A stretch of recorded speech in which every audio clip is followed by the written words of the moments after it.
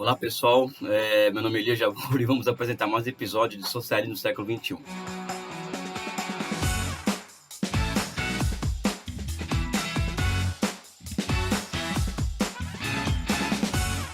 Eu creio que já tenho abordado esse tema em Menino de Pequim, né, relacionado à desigualdade, ricos e tal, mas voltou aí a esquentar nas redes sociais por conta do anúncio que a China aumentou o número de bilionários ou alguma coisa do tipo. E esse é um típico do momento em que os chamados haters, né, não sabia nem que tinha isso em rede social, eu já descobri que eu tenho muitos, eles invadiram minhas redes e começaram a falar, a China é socialista, Elias, não sei o que e tal, a China com um monte de bilionário e tal, essa coisa toda, né? E eu fiz uma brincadeira ali e tal na hora, né? Mas depois eu me vi na necessidade de fazer algo mais elaborado para falar sobre isso, né? Eu acho que esse é um assunto muito sério para ser tratado por haters, pessoas te xingando e tal. Que, aliás, eu vou confessar para vocês que eu só tô no Twitter assim tal por conta da possibilidade das ideias se proliferarem pelas redes sociais, mas no fundo, assim, eu vejo um esgoto, assim, profundo, muitas vezes, né, em que as pessoas mais te xingam do que outra coisa, as pessoas não conhecem minha família, não sabem de onde eu vim, me xingam, assim, de tudo quanto é nome, do nada, simplesmente por eu ter uma opinião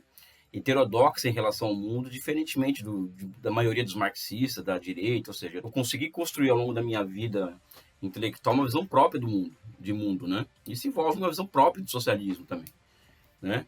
Então, eu não sou obrigado a agradar ninguém, eu tenho esse problema de nunca querer agradar ninguém, né? Ou seja, assim, eu faço questão de deixar claro que eu não estou aqui para isso, né? Então, pessoas da minha natureza, elas buscam elaborar sobre o mundo a partir da sua ótica, né? Ou seja, a gente não gosta de copiar ninguém, não gosta de ficar repassando à frente senso comum, então eu vou criar as minhas próprias ideias, baseado nos clássicos do marxismo, né? E outros pensadores universais, né?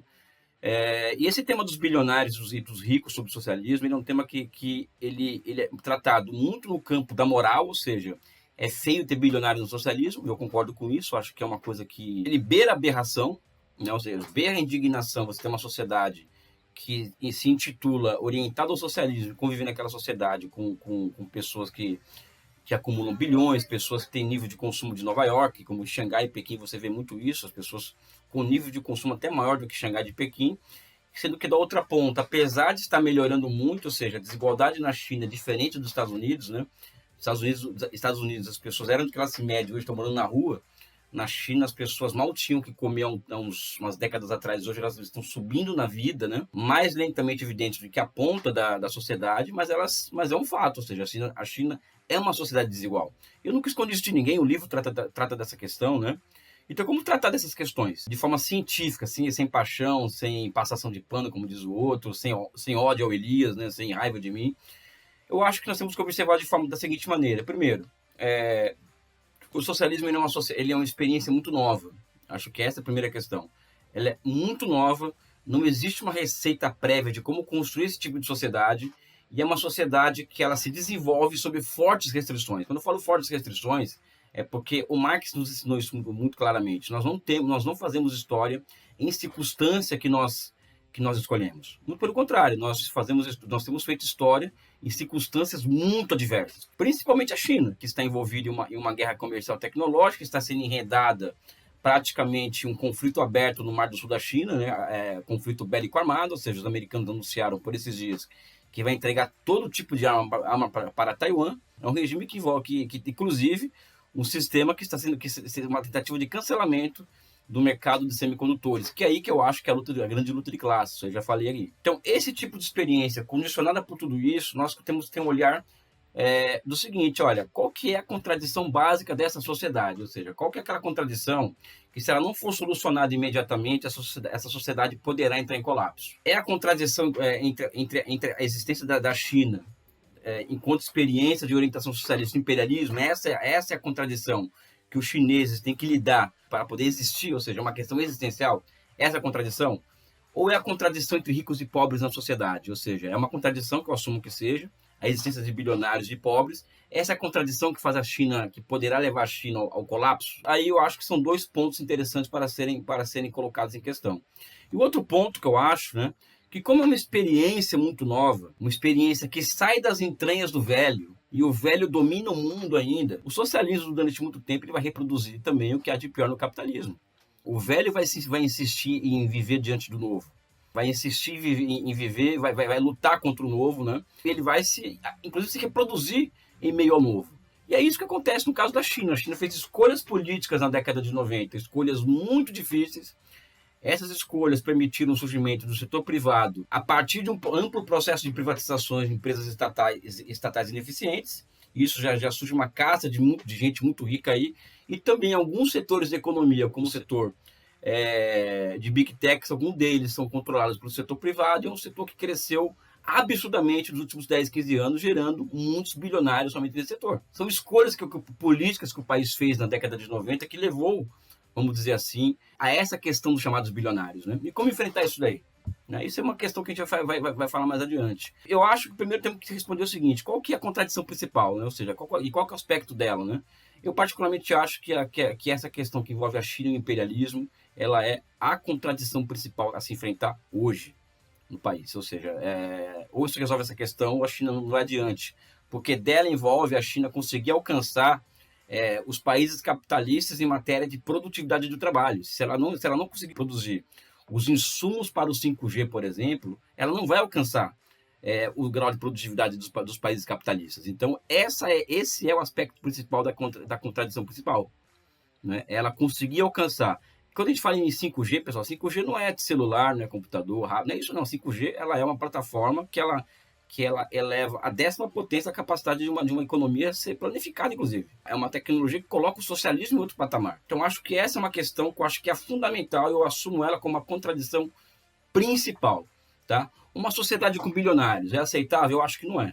Eu acho que não é uma sociedade aceitável, mas ela existe. É contra os meus desejos, mas ela existe. Ela é fruto de escolhas políticas. Escolhas políticas, muitas delas capacitaram a China a ser o que ela é hoje, inclusive. A gente tem que analisar um processo histórico, tomando cuidado de não jogar criança fora, roupa, água do banho, tudo. Temos que olhar, até porque é uma coisa nova, não é? A década de 90 foi terrível no mundo, ou seja, uma influência neoliberal absurda, inclusive dentro da China, e mesmo assim a China conseguiu fazer reformas importantes na década de 90 que condicionaram o país a chegar a ser o que ela é hoje. Agora, gerou imensas contradições, inclusive o fosso social. Como lidar com esses caras agora?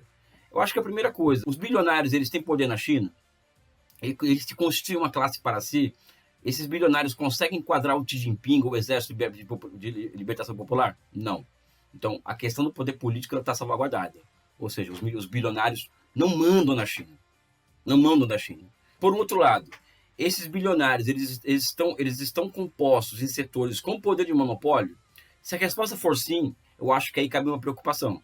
Por quê? Porque se eles estão de posse com setores com alto grau de monopólio, isso pode levar mais adiante a contradição entre forças produtivas e relações de produção que pode colapsar o sistema.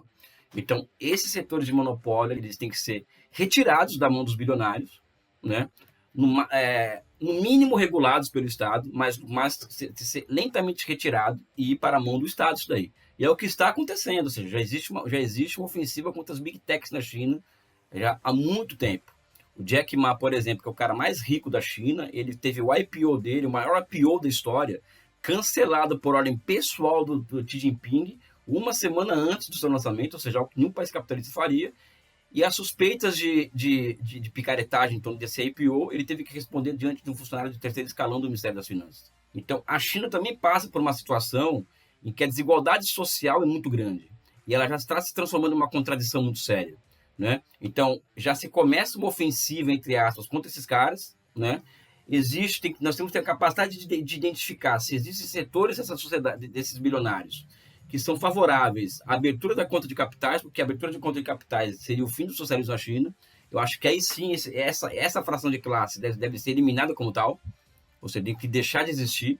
Aliás, desde 2015, o Xi Jinping tem como alvo esses bilionários, ou seja, quem vai na China, conhece a China como eu conheço, sabe que nas grandes rodas da China, as pessoas sabem quem são alvo do Xi Jinping na China, são os bilionários com o poder de monopólio, né? E também criando marcos institucionais para demonstrar para esses caras que as coisas estão mudando, né? Ou seja, que eles são cada vez mais indesejáveis naquela sociedade, né? Então, eu acho que a China ela foi muito permissiva durante muito tempo com esse tipo de gente. Até porque eu acho que eles não eram o núcleo de uma contradição que poderia paralisar a sociedade. Então, nós podemos somente enfrentar uma contradição quando ela surge de fato e quando ela passa a pautar a sociedade, mas hoje eles começam a ser um perigo, ou seja, um perigo no sentido político e principalmente o perigo para a estabilidade social da China, né? Então, a China tem tomado uma série de medidas desde o final do ano passado, né, desde dezembro de 2021, para enfrentar essa questão. E o próximo Congresso do Partido Comunista vai consagrar uma série de leis e regulamentos para taxação de riqueza e fortunas da China, né? Então, eu acho que está sendo enfrentado essa questão dos bilionários, na China em particular. Mas o socialismo é contra os ricos? A questão não é ser contra os ricos, né? É observar a historicidade desse tipo de classe social, ou seja, só existem duas classes que são capazes de fazer história no mundo, a burguesia e o proletariado. Enquanto a burguesia for capaz de fazer história e a história que ela fizer for capaz de entregar algo à sociedade, nós vamos ter que conviver com parcelas dela, inclusive durante o socialismo. Até porque durante uma guerra contra o imperialismo, você não pode condenar um pequeno produtor à morte, né? Você pode entregar um pequeno produtor de mercadorias, por exemplo, que no fundo é um capitalista em potencial, para apoiar o imperialismo. Ou seja, existe uma dialética política dessas questões. Mas eu acredito que essas questões que envolvem ricos, bilionários e tal, tem que sair do campo da moral, tem que sair do campo do xingamento no Twitter, pessoal. Vocês não vão ganhar nada me xingando no Twitter, sabe? Fica até feio isso, a pessoa não tem nenhum argumento, fica me xingando. Não é por aí que vocês vão tirar nenhuma opinião das coisas a meu respeito. E tratar historicamente essas questões. É a dica que eu dou para quem quer entender esses problemas, né? Entender e observar como as coisas funcionam no mundo real. Porque uma coisa no mundo do Twitter, tudo é fácil. Fazer revolução é fácil, fazer política é fácil. O mundo real é muito diferente.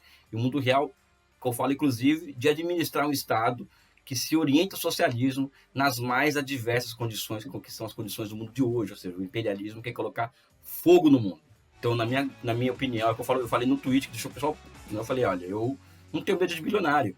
Eu não quero discutir modo de produção com os bilionários, né? As pessoas ficaram revoltadas com isso. Não tenho medo, não tenho medo e não quero discutir modo de produção com eles, porque no fundo também é isso. As pessoas têm medo do capitalismo, né? Fala em capitalismo, as pessoas até tremem. Não, pessoal, eu não tenho nenhum problema com o capitalismo. Eu quero superar o capitalismo. Essa é a diferença. Eu tenho um olhar histórico sobre o capitalismo, os capitalistas, eu quero superar isso, não tenho medo deles. É porque eu acho que a história está... O futuro é nosso, né? Como diz o outro, né? Um forte abraço e beijo no coração de vocês.